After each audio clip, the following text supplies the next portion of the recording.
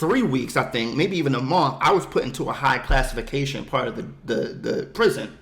So Rikers Island is divided into several buildings. Okay. They have buildings for women. They have a juvenile building. They have a building for people that are awaiting trial. And they have a building for people that are currently fighting their case that if convicted, they'll be sent upstate probably for life. Okay. I was in the building for adults that was for people that were doing 2 years and under. Okay. So you had a lot of knuckleheads. You had a lot of this common stuff, people my age, young people in their early 20s and older that were just, doing stupid stuff, trespassing. Most of the people they were doing 60 days. People got getting caught with guns, selling crack. Nothing crazy, nothing generally violent. Okay. But in the high classification dorm, there were the people there that had done the worst things, and there were people there that this wasn't their first bid.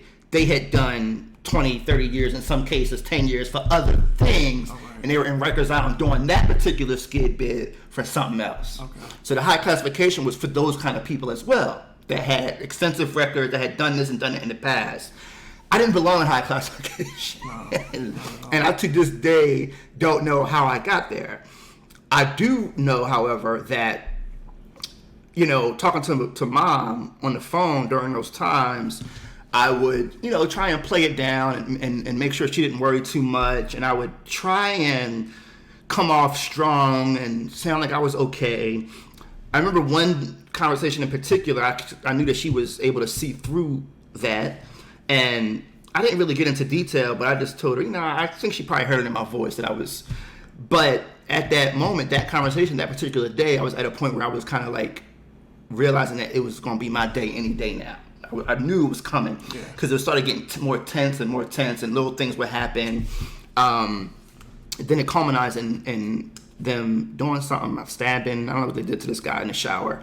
They did it they really hurt this guy for no reason. I don't know if it was, I'm saying for no reason, but I don't know. All I know is the guy was kind of like similar to me in that he didn't talk to anybody. Okay. He was kind of by himself, and that's how I was in the beginning.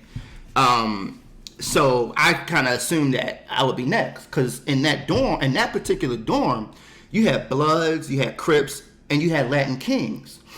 So I wasn't a member of any of those. So because I wasn't a member, I didn't really have no clique. Right. So I just by myself. And so right around that week when I had that conversation with mom, and I remember that. You remember that? And she, I think, at that time, she was calling the jail. She was calling Rikers Island. Yeah. And I don't know how she was able to do this, but she had developed this relationship with the CO, and they would talk every so often. I think they may have talked like 3 or 4 times on the phone. I don't know how she met this guy. You don't call Rikers Island, and it's not a customer service kind of deal, right? You don't call Rikers Island and say, I need this, my son is like, nobody does that.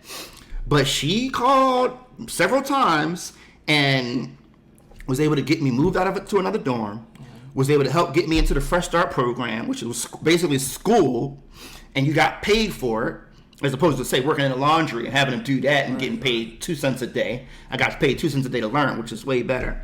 But all this behind the scenes that this dude that I never met, this CEO who she was talking to, was making happen. Then once I got the dorm, and all that stuff started getting into play, and the skid bid started getting a little more manageable, she couldn't find him anymore. It was almost like he vanished.